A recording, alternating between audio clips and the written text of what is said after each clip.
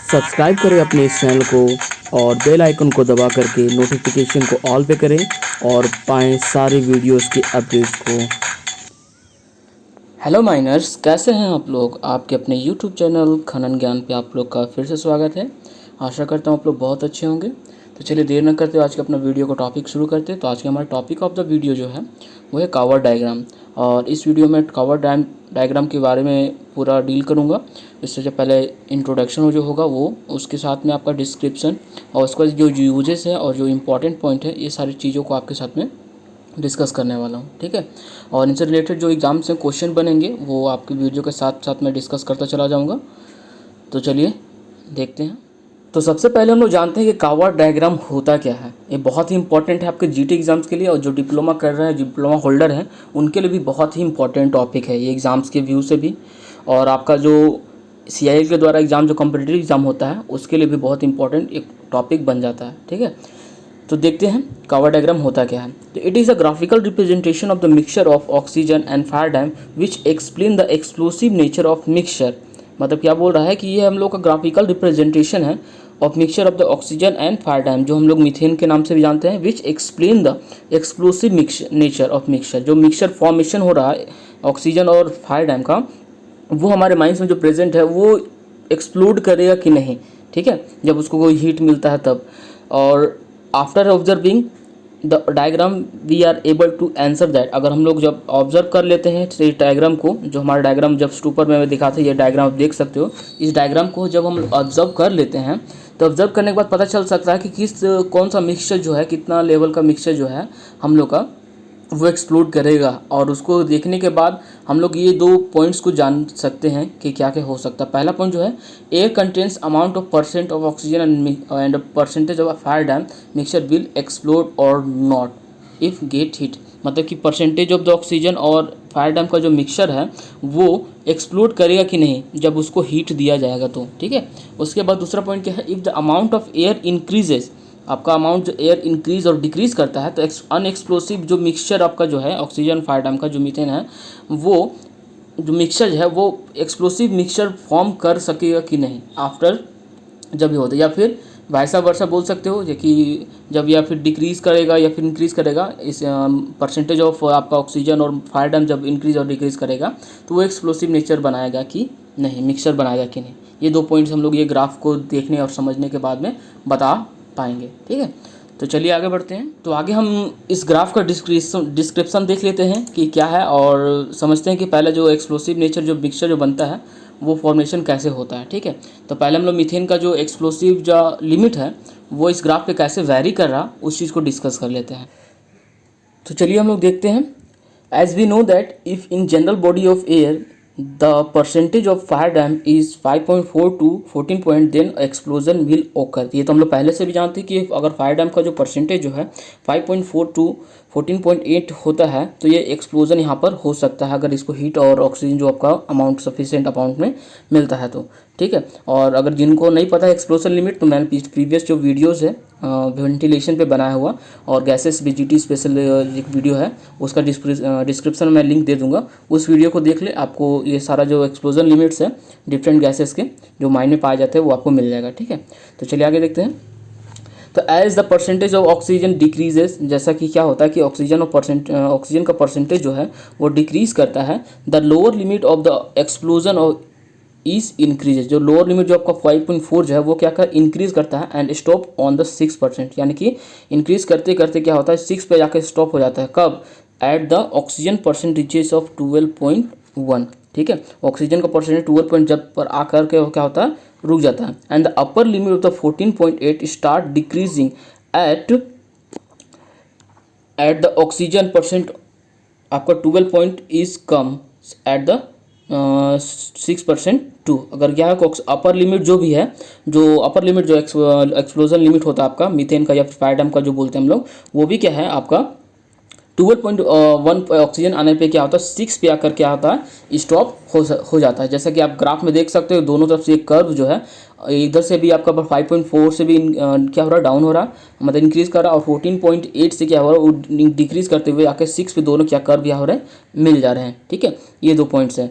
And if the percentage of oxygen lower than 12.1 then the fire damp explosion will not occur. अगर क्या होता है कि oxygen का परसेंटेज जो आपका 12.1 से कम हो जाता है, यानी कि 12 हो जाता है, तो आपका फायर डैम एक्सप्लोजन नहीं होता। और ये क्वेश्चन आपका एग्जाम में बनने के लायक होता है कि at what percentage of the oxygen the fire damp explosion will not occur. तो 1 नंबर का क्वेश्चन आपका यहाँ से बनेगा। ठीक है, इसको याद कर लेंगे, बहुत इंपॉर्टेंट पॉइंट है। ठीक है, तो चलिए आगे देखते हैं। First time this relation is given by the American name HF coward graphically. मतलब पहले बार जो ये रिलेशन दिया गया था वो किसके द्वारा, HF कॉवर्ड के द्वारा दिया गया था, और इसी के नाम पे हमारा ये कॉवर्ड डायग्राम इसका नाम पड़ा था। ठीक है, ये जीके टाइप का क्वेश्चन आपका बन सकता है, फिर इंपॉर्टेंट है, फिर भी याद कर ले, आपके लिए इंपॉर्टेंट हो सकता है आपके डिप्लोमा एग्जाम में, आपका जब एग्जाम दे रहे होंगे उसके लिए। ठीक है, तो चलिए आगे देखते हैं।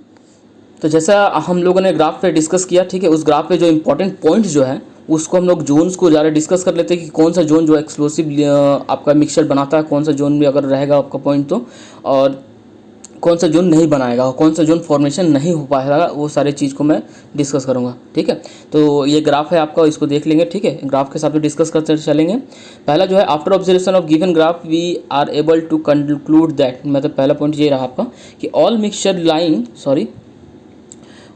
Lying with in the triangular zone B, triangular zone B आप जो देख रहे हो, आर द देमसेल्फ एक्सप्लोसिव। ठीक है, आपका जो आप ये ग्राफ देख रहे हो, इसमें आप जोन बी देख रहे हो, ये आपका जो है हमेशा एक्सप्लोसिव नेचर रहेगा। जब भी आपका ये होगा, अगर इस पॉइंट जो अगर यहाँ पे ऑक्सीजन और फायर डैम का जो परसेंटेज का पॉइंट जो बनेगा, इंटरसेक्शन पॉइंट, वो अगर इस पर लाई करता है तो आपका क्या है, हमेशा एक्सप्लोजन होगा ही होगा। ठीक है, ये रहा पहला पॉइंट।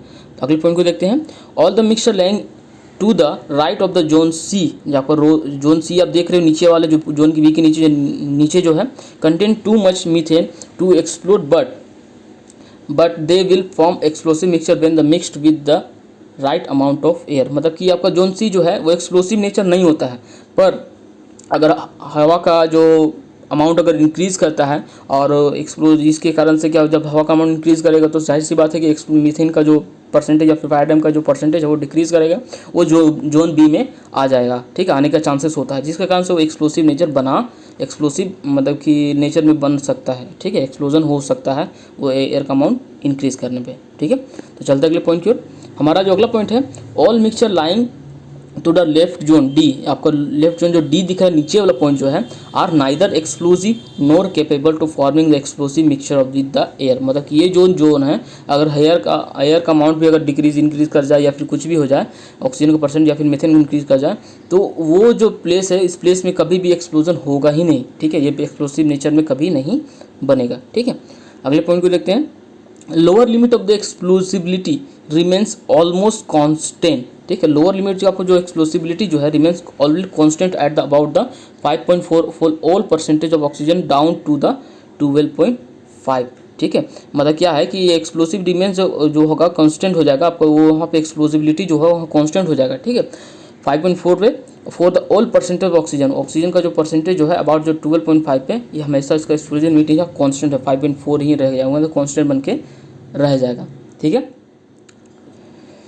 हमारा जो अगला पॉइंट है वो है the higher limit of the explosibility. Higher limit जो एक्सप्लोसिबिलिटी हो, gradually decreases from the 14.8 to about 6% में डिक्रीज ऑफ द ऑक्सीजन। आपका 12.1 तक जब आ जाता है ऑक्सीजन, वो जस्ट ऊपर में मैंने डिस्कस किया कि 14 पॉइंट जो हायर लिमिट जो है आपका 14.10, वो डिक्रीज करके 6% पे आके क्या होता है, स्टॉप हो जाता है। उसके बाद वो एक्सप्लोजन लिमिट बनाएगा ही नहीं, वो एक्सप्लोजन मिक्सर बनाएगा नहीं। ठीक है, तो चलते अगले पॉइंट की ओर। No percentage of the fire damp is explosive when the percentage of the oxygen is 12 or less. मतलब कि अगर ऑक्सीजन का परसेंटेज कितना भी परसेंट आपका रहे, आपका विथ फायर डैम, अगर ऑक्सीजन का मात्रा जो है 12% से या उससे कम हो जाए तो कभी एक्सप्लोजन वहाँ पे होगा ही नहीं। अगला जो पॉइंट है हमारा, a fire damp air mixture में become explosive when the diluted within an appropriate quantity of air within which brings the new mixture within the limit of the triangular zone P। अगर मतलब कोई भी आपका जो air fire dam और air mixture जो है किसी कारण से जोन बी में आ जाता है कोई वो मिक्सचर, तो हमेशा वहाँ एक्सप्लोजन होने का चांसेस बढ़ जाता है। ठीक है, कोई भी मिक्सचर हो, वो जोन अगर इस जोन में आ जाता है तो आपका क्या हो, एक्सप्लोजन हो सकता है। अप्रोप्रिएट क्वांटिटी ऑफ मान लीजिए एयर मिल गया, फिर आपका ऑक्सीजन की मात्रा उस अप्रोप्रिएट ये में आ गया, फिर या फिर आपका फायर डैम का जो मिक्स परसेंटेज है वो आपका आ गया इस जोन में आ गया, तो आप क्या होगा वहाँ पे एक्सप्लोजन होने का चांसेस जो है वो क्या होता है, बढ़ जाएगा। ठीक है, ये सारे चीज़ें हैं आपका इस ग्राफ से रिलेटेड जो पॉइंट्स हैं जो समझने के लिए बहुत ही ज़रूरी है और आपके एग्जाम्स में एक्सप्लेन करना भी ज़रूरी होता है। ठीक है, तो चलिए आगे देखते हैं।